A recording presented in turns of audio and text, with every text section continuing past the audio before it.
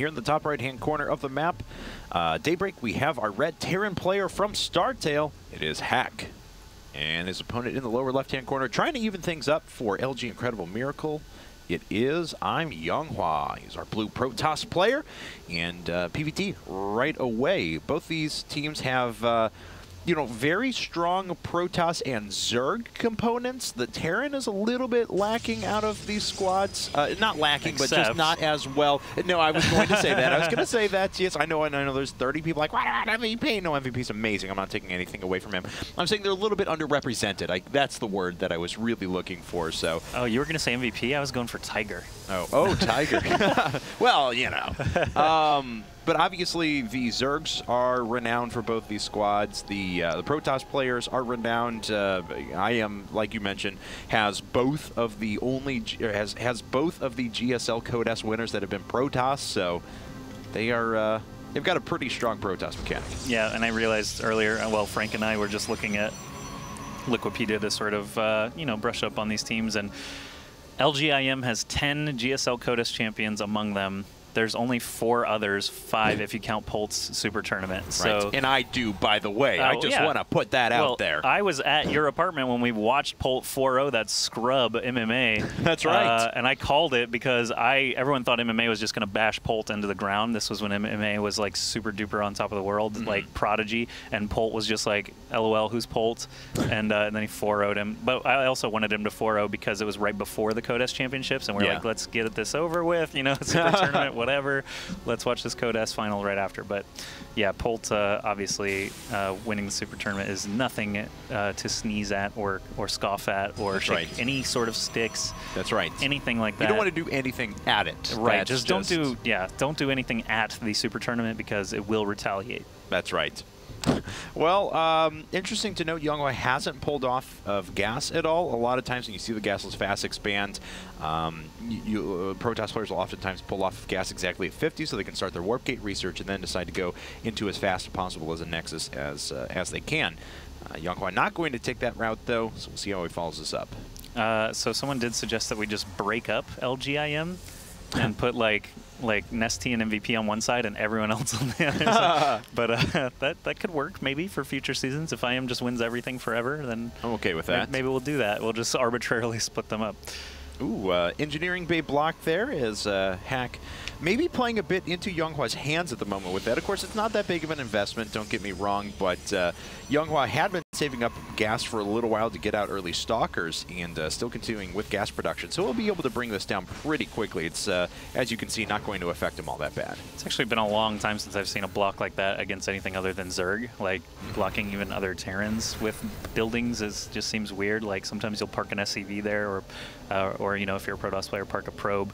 But actually building an engineering bay in TVP, haven't seen that in quite a long time. But now YongHwa is up and running, getting that second Nexus up. The orbital command for Hack is actually already morphing as it does. But yeah, setting up bunkers at the front. Oh, and we've been seeing a little bit more of this lately. Now, it could very well be quick blink stalkers or something like that. But we've seen kind of a resurgence of DT expands recently in PVT. So I wouldn't be too surprised to see that pulled out. Hack, of course, putting down a factory for now, and you know, no additional barracks though before he does so. No production at all. No factory. Interesting. Oh, I mean, obviously he's putting up the factory, but like he's basically playing bare bones TVP right now, and I mean we kind of saw a little bit from the engineering bay block. Maybe he was just trying to buy some time so that he could get away with something like that, but basically forcing his opponent to spend minerals that he didn't want to spend just so he could save a little bit and do something different. But we have 3. There's a Dark Shrine actually from YongHwa.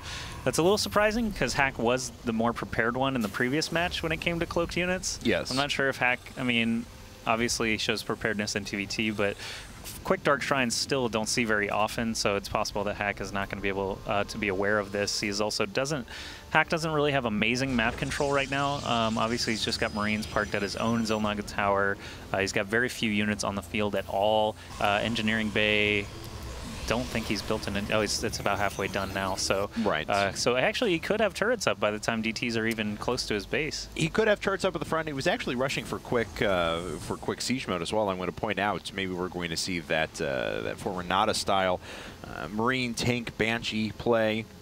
And in any case, he's going to have a strong biomech composition. Now, we do have the robotics facility about finished up, so we could see a Warp Prism here momentarily. He actually took out the couple of Marines that were parked at the Zelnaga Tower with those 2 Stalkers, so he is actually reducing Hack's map control even more, and actually hunting down this other Marine, like, that was in the middle of nowhere. Well, it did take out a probe, or there was something that actually flew by before, so the Marine did pick up on it. All right, so that makes more sense. But I was like, man, that is some star sense to find a Marine that just is in the weirdest position ever. But here we go, the warp-in of the first 2 DTs.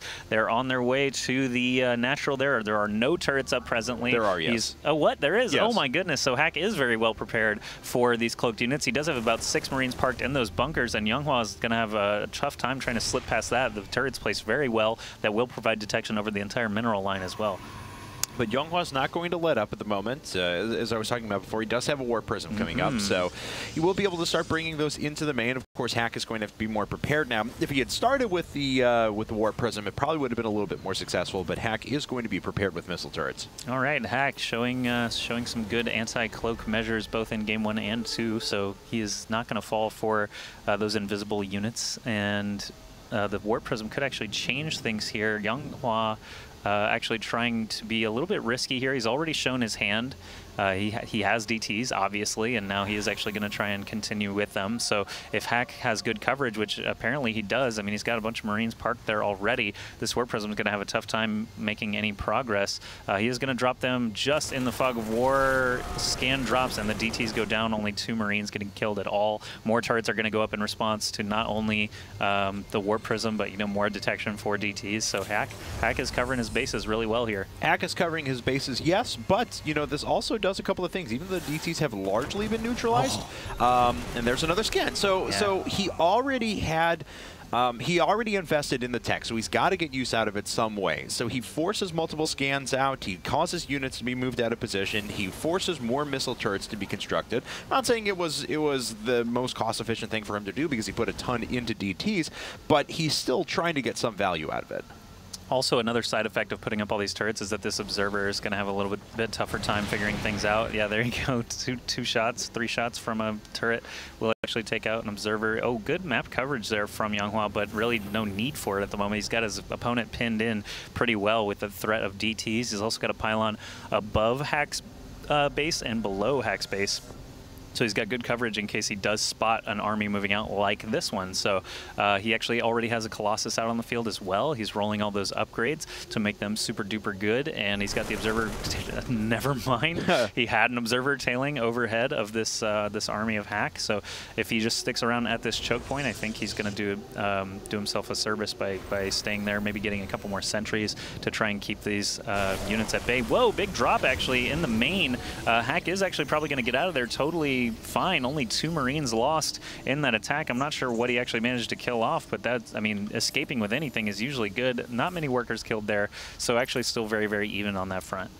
Well, Hack does have a lot of forces in the middle of the map, and that is a pretty strong amount as well. Not saying he could directly steamroll everything, but a strong siege position would serve him pretty well at the moment. He's falling back on a pure bio composition, though. Observer just poking out ahead. He really doesn't want to leave those tanks as is, though. They'll get intercepted. It looks like YongHwa's on his way there. YongHwa, so if Hack was sieged up already, that would be something, but now all of his Marines are a little bit further away, so this is not going to work out. He's going to have to run. Stalkers are a little bit faster. Oh, man, and they're actually flanking. They don't have Blink just yet, but that tank actually manages to survive. Wow, almost kills off another observer. Dropping a scan right there on top of those Stalkers and Colossi. That's kind of interesting, just trying to get that observer. Doesn't quite manage to get it, but another command center actually floating over to the 3rd. Now for Hack, he is going to maybe see that pylon there. Yeah, he will. Okay, yeah, that's right. I was thinking of Vision when, whoa, actually the DT's going to warp in right away. Tricky. He almost tried to do it to block the command center from landing, but I think it was just a little bit too slow. What are they shooting? Oh, the pylon. I was like, wait, they killed the DT. Are they just shooting each other in the face now? Like, that's I hope so. An odd celebration. Such is the Terran We got him. Keep firing. It's the Old West. 2-2 upgrades on the way now for YongHwa as he invests into his infrastructure quite well. He has his own third Nexus coming up, but of course, still quite far away from... oh, no. Or it's going to be delayed compared to his opponents, but he's still going to have a much stronger upgrade advantage. And as we can see, workers are pretty even, so army supplies are going to be close, which means that the upgrades are really going to shine here for YongHwa in case of sort of frontline attack.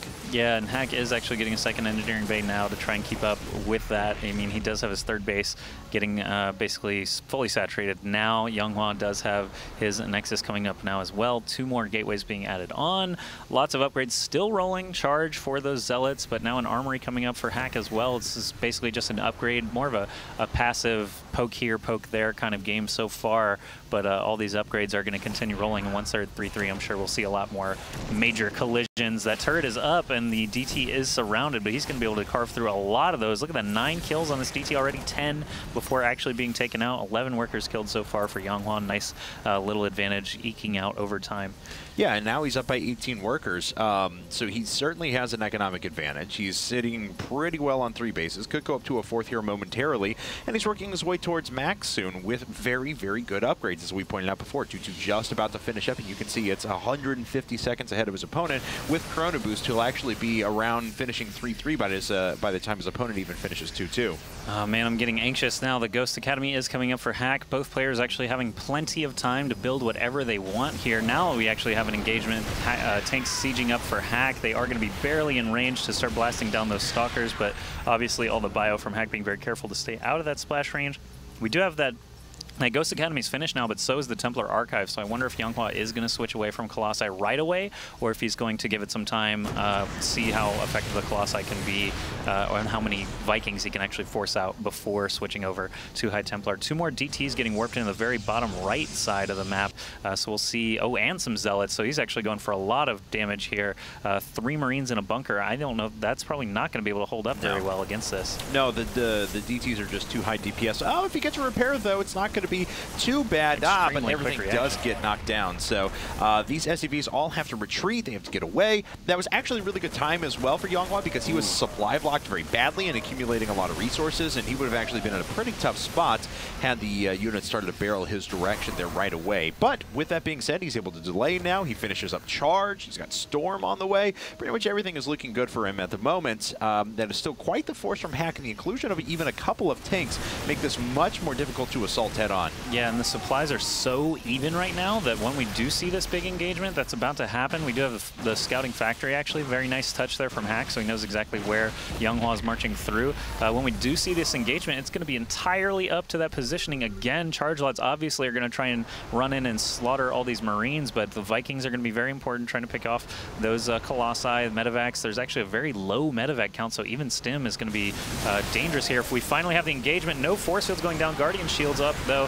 Big Stim from everything. Tanks are sieged up. They're kind of in the middle of everything. Like I said, that low medevac count might actually hurt a lot with the Colossi doing so much splash damage. Still one Colossus standing, just drilling away at this bio, and the Charge lots soaking so much damage so the Blink Stalkers can actually pick up the pieces. Both Colossi do go down, but it looks like YongHwa has a little bit stronger standing force. He could actually just skirt around the space if he wanted to, but he picks off a couple more flying units there before backing off completely. Yeah, there was the advantage of the warping mechanic and the extra built-up resources for a Protoss player, YongHwa there.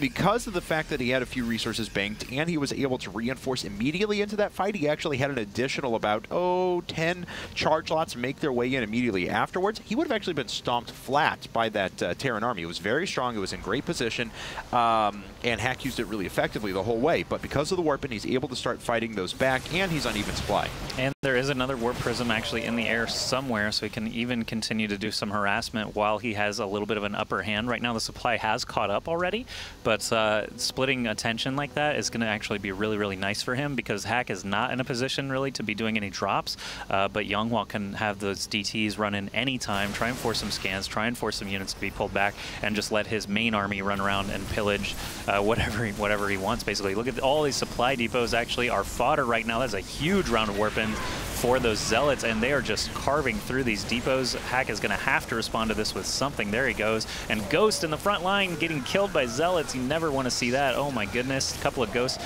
getting drilled down there very quickly by these melee units. We do have another sort of sort of big engagement. Wow, this Viking could actually pick off the Colossus. It looks like they certainly will, and the Observer. Nice scan there from Hack. So holding off that push in his base and picking off Colossi and Observers, very nice swing there for Hack, putting him back on top in supply as well. Putting him back on supply, there's a lot of resources sitting around for YongHwa, not really going to anything at the moment. There, finally, 4 more gateways popping down, and hopefully a big round of Warpins here in a second, maybe even of Templar for a little bit of additional AoE. But YongHwa sitting on 4 bases at the moment. His opponent isn't quite there, and is in fact supply blocked because of the earlier damage to the supply depots with the big Warpin. So YongHwa, even though he took some pretty big damage from that attack, still certainly in not that bad of a position. There, finally, Templar making their way in. Just a lot of resources sitting around, though. Yeah, Hack is max and did not rebuild any depots. Like, he's just now starting to get those depots back up. He actually used the supply call down. He had to have, because 177 just jumped to 185 there without any depots being finished. So either way, like that is going to cause, some timing issues there. He just was a little bit slow picking that back up. Even though he has tons of production facilities, you have to have that supply cap to be able to do anything. Another warp in from YongHwa on the south part of the map. He is going to work his way back toward the third and try and do some damage, but we do have an engagement again at the 4th base now of YongHwa, but he has 4 Archons standing, not going to be investing in Storm, just going for that Charge Lot Archon mix against the huge Bioforce that Hack has. That's a good decision, I think, and these cannons are going to be on-powered. Big stim, we're going to see, oh, there is a couple of Storms. I didn't even see the Templar mixed in there. A couple of Storms going down, hurt some Ghosts getting killed off. They are all so low health, and there's only 4 medevacs trying to keep 25 or so bio units alive, but he is actually going to force back the army from YongHwa, pick off the Nexus, and continue rolling through here. Might even walk over to the third and try and get some damage done while he has the upper hand. Huge round of Warpins did just happen in the middle of the fight, though. Again, a bunch of charge lots were brought in. They're certainly going to provide pretty useful buffer there. I really like the decision by YongHwa to jump ahead and pick off a couple of Vikings at the beginning of the fight, but now he's in kind of a rough position, and he's going to attack, actually just use the DPS from a bunch of these DTs. He doesn't even care that they're revealed. He's still just cleaving through everything.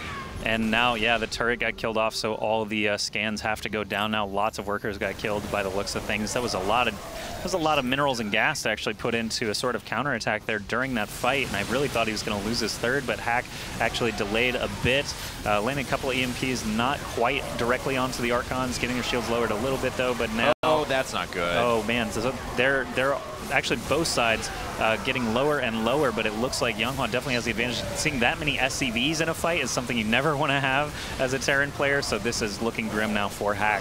Oh, it most certainly is. And he's got a bunch of Zealots coming in from the side, but it doesn't matter. There's GG. StarTale Hack goes down. YongHwa takes game number 2 for Incredible Miracle and ties up the set.